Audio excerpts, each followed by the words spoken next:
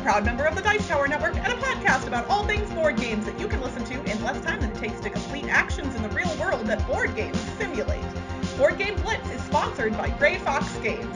This week, we're talking about real-world jobs as games.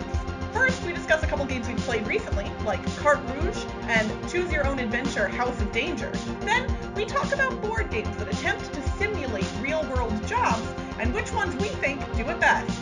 And now, here are your hosts, Ambie and Crystal. Right before we hop into the main episode, we wanted to give a huge thank you to those of you who joined us this past weekend for our Extra Life Streamathon weekend. We streamed basically all day Saturday and all day Sunday. And Ambie, how much money did we raise for Extra Life? $2,010, I think? Yes! Yeah. More it was than amazing. 2,000. Our goal for the entire weekend was $1,000, and we honestly weren't sure if we would be able to hit that. And we doubled that goal because of you all. And honestly, it's not just the people who donated. We had so many lovely friends hanging out in the chat, participating in all of the games, and just making the whole weekend a lovely experience. I did say during one of the streams that I was going to continue the game I was playing on a future stream, but I'm going to talk about that here in just a few minutes, so you all will hear about that more in a minute. But we did want to give a big thank you to everyone who donated and hung out with us during the Streamathon. It was an absolute blast. Yep.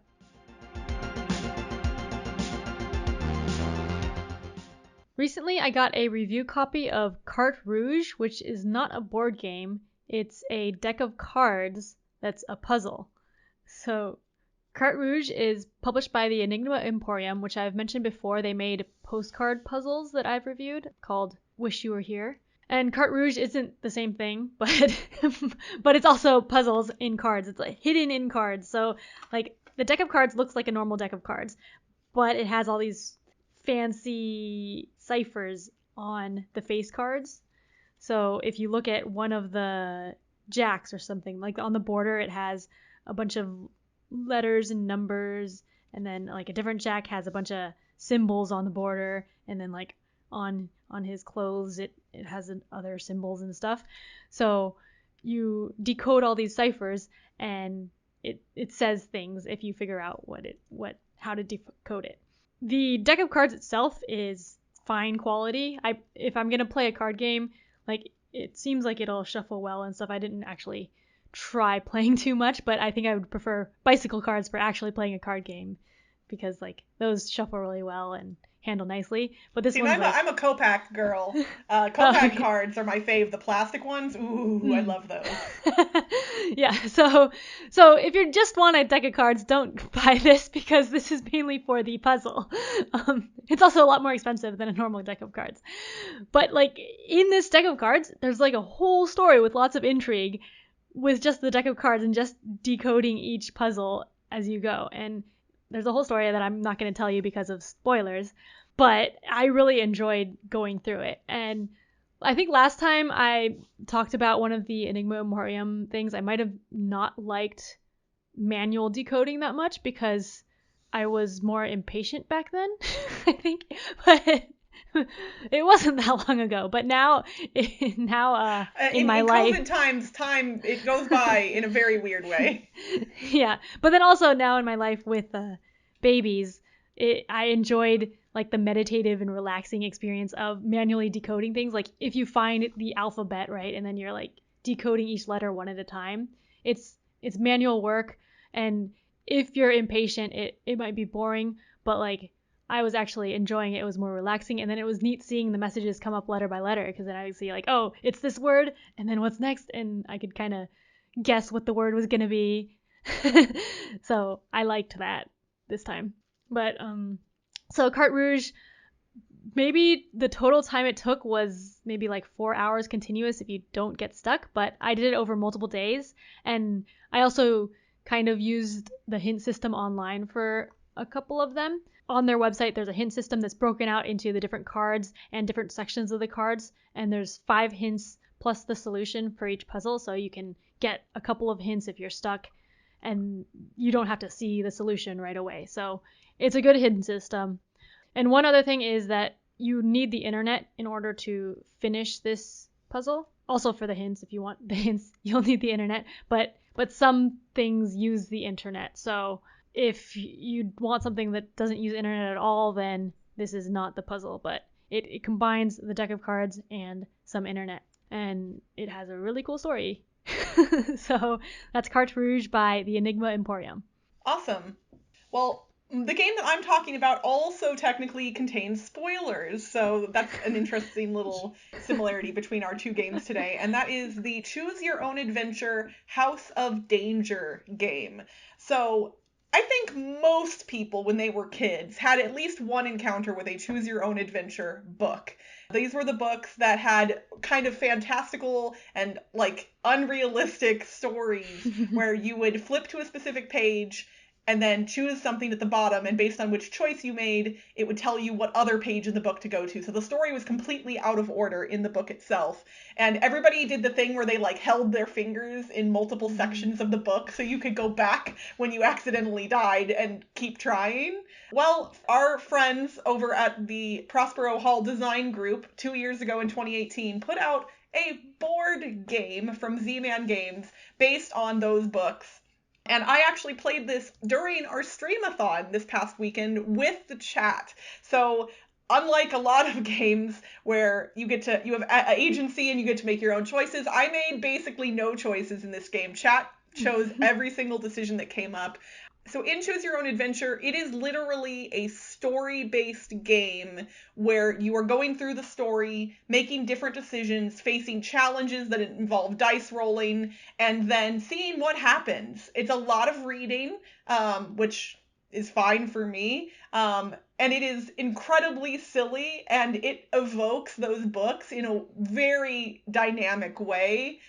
I cannot tell you, obviously, the details of the story. We had some very funny moments. If you do not care about spoilers, you could actually go over to our Twitch channel and watch last weekend's stream of the game, and you could see what happened. We got to play through 3 of the 5 chapters during the stream. I'm going to play the last 2 chapters in an upcoming stream, so if you want to play along, you can do that with me soon, and I'll be posting on social media when that happens. But the cool thing that I figured out how to do that I was really kind of proud of is I wanted the chat to control everything. And a lot of the die rolls in the game are just you roll a single die, and based on the result, you either succeed or fail. And I didn't want my dice rolling to be the thing that decided those moments, like purely. So what I did is I would put up a poll in the chat and have chat vote on a die roll result. So I rolled each die 3 times, and chat, in advance of me rolling, had to decide whether it was the first, second, or third result that stuck. So I always rolled the die 3 times, and chat decided which one was the one that we would use. And so they had all the agency, and it was super fun, and chat picked a one failing roll more times than should have been logically possible, like based on odds. But it made for some hilarious moments, and we died 5 times in the first 3 chapters. Needless to say, this one did come out in 2018, and I've owned it since then. This is the first time I'm actually playing through the whole thing. It is a blast. I love it so much, and I desperately want to get the other game. It's, I think, War with the Power Master is what it's called, I believe. They released a second Choose Your Own Adventure board game, and after playing this one, I definitely want to get the second one. I'm really excited to see the end of the story and to try the other one. Ambie, you and I actually played through the first chapter of this together when we were working the library on the Dice Tower Cruise in 2019. Did you ever get to continue the game? I did not. Oh no! So I don't even remember what happened in the first chapter. I didn't either, and that was what was funny. I told them, I was like, technically I've played the first chapter, but I remember none of it. And that was true. Like, it wasn't even one of those moments where you flip over a card and you're like, oh yeah, I remember this, because you and I probably made entirely different decisions when we played through it. So nothing really struck me as familiar. But it was really fun. Highly recommend. This one was great, especially if you have like a small family and you want to play a game cooperatively together. I think this is a great one. It involves reading and storytelling and silliness. So, yep, it gets 2 thumbs up from me. Cool.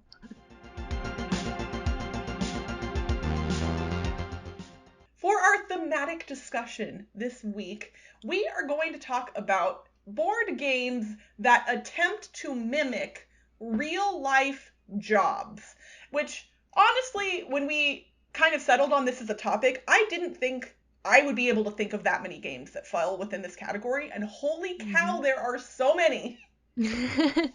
Yes. I mean, because obviously I think a lot of people think of board games in general, and you think of like fantasy and sci-fi and other things that are kind of an escape from reality. But there are a ton of board games that mimic reality to some degree, and specifically different professions that people have.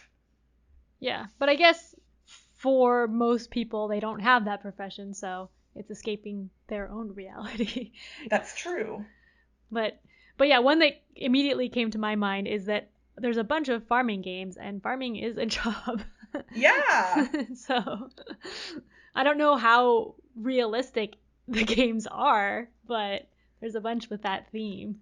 I know, it's an interesting thing because when you're trying to represent manual labor within a board game, obviously you're not going to be able to mimic those aspects of it. But the like logistical aspects of farming, I would imagine there are some games that probably mimic that to some degree. Yeah, maybe. I've never been a farmer, so I've been on a lot of farms because I grew up in Missouri and Iowa, so I'm familiar with farming. I have been around barnyard animals, but yeah, I've never been a farmer either, so. Yeah. I guess my grandpa was a farmer, but I don't know much about it, so. But yeah, I think with a lot of the jobs, it's more of the logistic sides in board games because there's a lot of like economic and logistic board games, so when they're themed around a specific job, it's more like the logistics of it, like Kanban and Pret-a-Porter. Those are Euro games that are based on, like Kanban is based on the efficiency of making a car in a factory. So you're like the manager overseeing it. And Pret-a-Porter is you're a fashion designer or you're making fashion designs and then getting them ready for a fashion show. So realistically, it'd be a lot of people working on this, not just like one job probably. You're overseeing, maybe you're like the boss overseeing everything. That's a good point. I think you mentioned this a little bit before we were streaming too. It's in a lot of these games, you're managing a team of people who fall within a specific profession rather than a single person within a profession. Yeah. Although there are games like Pandemic where it does mimic a real world scenario, albeit, on a much abstracted scale.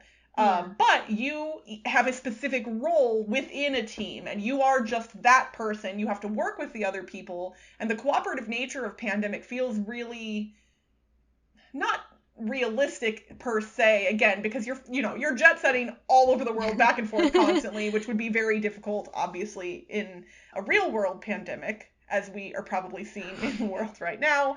But, you have a specific skill set and you use those skills to help others. And that is what would happen in those types of situations.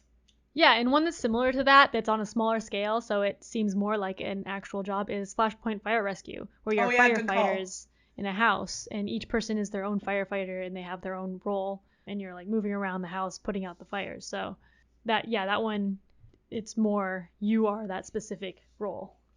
And I think Flashpoint does some interesting things that, and again, for the record, we're speaking about these things. We obviously do not know all of the intricacies of a lot of these professions, so we're making some speculations and generalizations here. And I don't want to delegitimize the seriousness or the intensity or how difficult some of these professions are.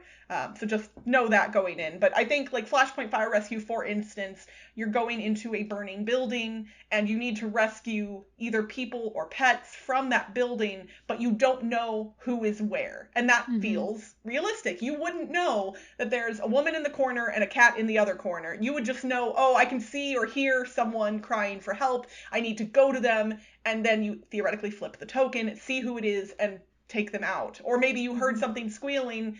Oh, it wasn't a person, it was the radiator or whatever, I think it does a good job of kind of creating that tension with the fires that keep popping up. It does that tension is not present in a lot of board games, and that one does a really good job of kind of showcasing the theme. Yeah. Another genre of games that falls within this category that I think also kind of is able to mimic the real world feel of its subject matter to some degree are cooking and food related games. So there's a lot of pressure and tension related to, for instance, being like a short order cook or working in a restaurant. And a game like Kitchen Rush with its timer mechanism gives you that sense of urgency that would exist in a real kitchen if you were preparing dishes. Like, things will burn if you leave them there too long, and you have to wait for them to be done. Honestly, similarly to the McDonald's game. I know y'all know I love to talk about that game, but if you are working in a fast food restaurant, you need to prepare meals quickly and accurately and get them out the door. And that is what the McDonald's game has you doing.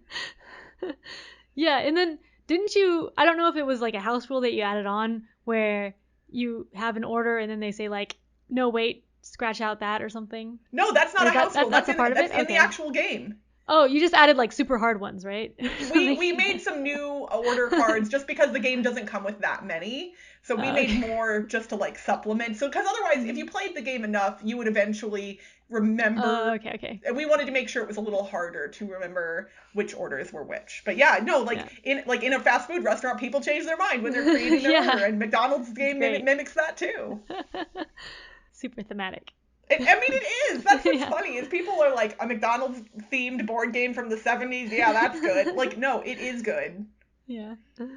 Another category of games that is modeled after a profession is detective games. Yeah, detective is a profession. And there's a lot of those where you're like trying to solve a case, like Chronicles of Crime or Sherlock Holmes Consulting Detective.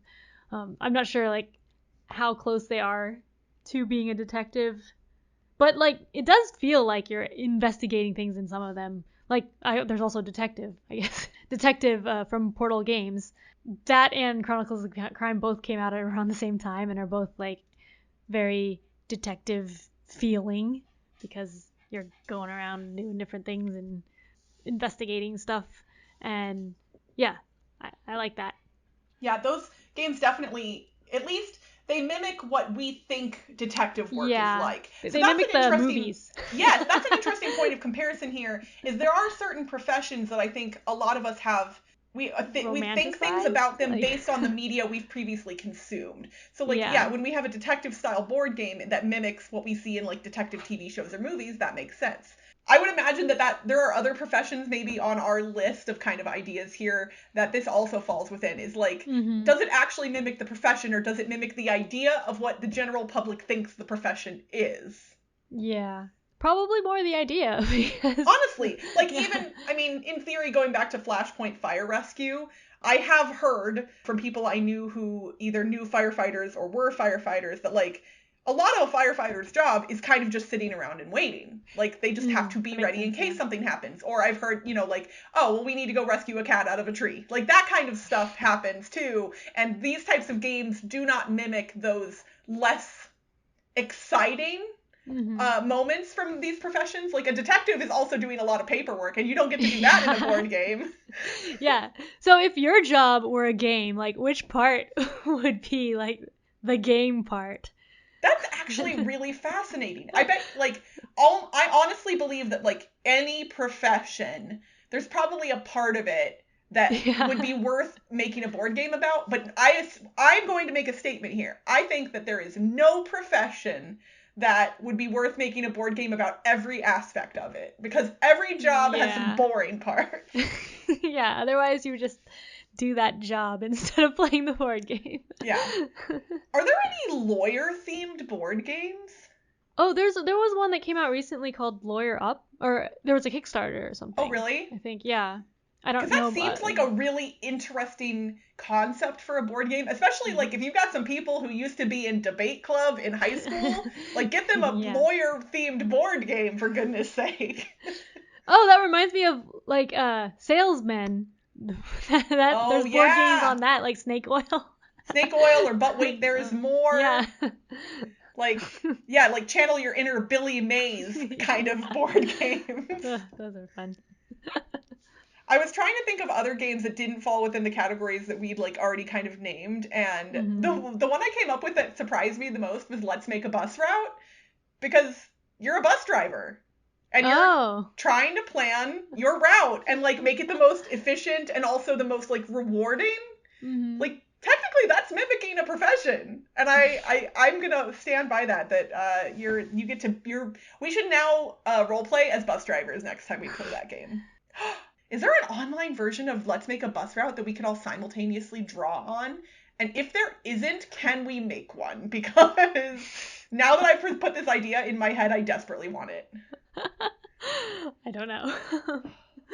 Okay, so what about like DropMix? Is that mimicking being a DJ? Oh, I guess, maybe? When we brought up this topic, I was thinking it was going to be slightly less interesting of a group of games, but the more I dug into this and kind of like thought of things, I was like, there's a lot of theoretical profession-based games that are very interesting that I think most people would not immediately throw into this category. Yeah. And with DropMix, that seems more like mimicking being a DJ than other games are mimicking jobs, because you're like actually putting down the different musics. Yeah, you're actively mixing a track. Yeah, so that's neat. There are a lot of other categories that I considered that we could wax poetic about anything for forever. Some stuff I wrote down. I think some war games, especially if you're working as a general, might fit into this category. Do pirate games count here? Is being a pirate a profession? Because I would say pirates say yes, but I don't know.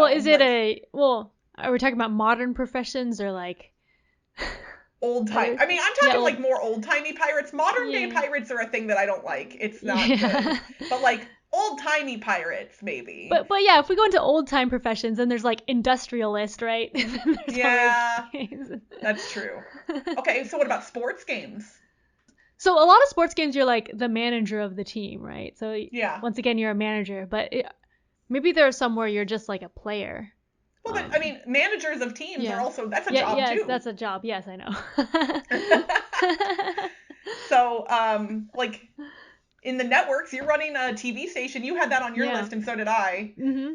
Basically, there's just a lot of cool games that attempt to mimic real-world jobs. And I would love to hear from our listeners if there are any, like, big, obvious ones that we didn't mention. We had a bunch more on our list that we don't have time to get into. But I think this is an interesting topic, and I would love to hear from you all what your favorite games are that are trying to mimic a job, whether they're doing it well or not. Yeah. Or what jobs you think would make really cool games and how that would work. What job doesn't have a board game yet that should? Yes. I would love to hear that. One that I was thinking of recently was parenting. Because it would be a real-time cooperative game where you're trying to like... There has to be, right? Like, are there I don't know. But Toby and I used to talk about this a lot when we were up at night feeding our babies. There's a card game, an old card game. It's like the Evil Orphanage card game or something. Oh, gosh. I don't remember. I might have the name wrong, but you're literally, I think that like, it's not a great game for the record, if I remember correctly. I don't think I ever played it, but it was like, you're literally taking care of babies that are going to grow up to be like evil dictators or something. I'm not sure. That's not the type of parenting I wanted done. Right, but I'm just saying, like, I don't think there's a lot of parenting games. Do you think it's because people who aren't parents would not be interested, and people who are parents are like, no, I do that all the day long. I don't want to do that in a game. Maybe. I will admit, as a person who is not a parent, that does not appeal to me. Like, I have chosen to not be a parent for a reason. I don't need it in a game. Although, I mean, like, I've chosen not to be a lot of these professions, but the games are still fun. Like, I wouldn't want to be a farmer in real life, but I still enjoy farming games. I mean, that's a good point. I guess for me, it's just the stress aspect. And I think, you know what I think it is that it would be theoretically easier for me to become a parent than become a lot of these professions. Oh. Mm-hmm. Maybe that it's too close. Too close, yeah. Yeah, like, I think that's for me, at least in my brain, where that goes, like, it's possible this could be my real life. And technically I could study and go to, like, the police academy and become a police officer if I really wanted to. But that's a lot more steps and work to do. Whereas becoming a parent is surprisingly easy to do. Yeah. I'm not saying parenting is easy, for the record, at all. But becoming a parent, reasonably easy. All right, so if you all have thoughts about games we missed or professions that you want to see as games, tweet at us or post in our Facebook thread for this episode or head over to our Board Game Geek Guild. And if we get some really interesting comments from you all, we will shout them out in the next episode. We love to hear from you all. And if you share something that's super awesome or really creative, we'll let everybody else know about it. Maybe a game designer will hear your idea and make it happen. And that's it for this week's Board Game Blitz. Visit our website, boardgameblitz.com, for video and blog content, as well as to get links to all our social media pages. This episode was sponsored by Grey Fox Games. Arcana Rising is on Kickstarter for just one more day. Don't miss your chance to back it now and get awesome exclusive items. Looking for a different game? Get 20% off your order of all non-exclusive items sold at greyfoxgames.com by entering the promo code AugustBlitz at checkout until the end of the month. In September, use the code BLITZTIME. Grey Fox Games, quality games cleverly crafted. Support our show and get cool perks for as little as $1 a month by visiting patreon.com/boardgameblitz. As a patron, you'll get access to pre-edit recordings and our private Slack channel where you can chat with us and other Blitzers every day. Our theme song was composed by Andrew Morrow. Technical support provided by Toby Mount. Board Game Blitz is part of the Dice Tower Network. Until next time, I'm at the table trying to save all of my points I earned with you. Bye, everyone! Bye!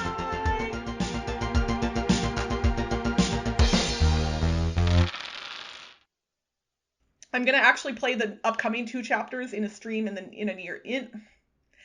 going to play the upcoming 2 chapters. And there are probably other professions that the same kind of... Yeah, now she's drinking water. Are you... Can you hear that? A little bit, yeah.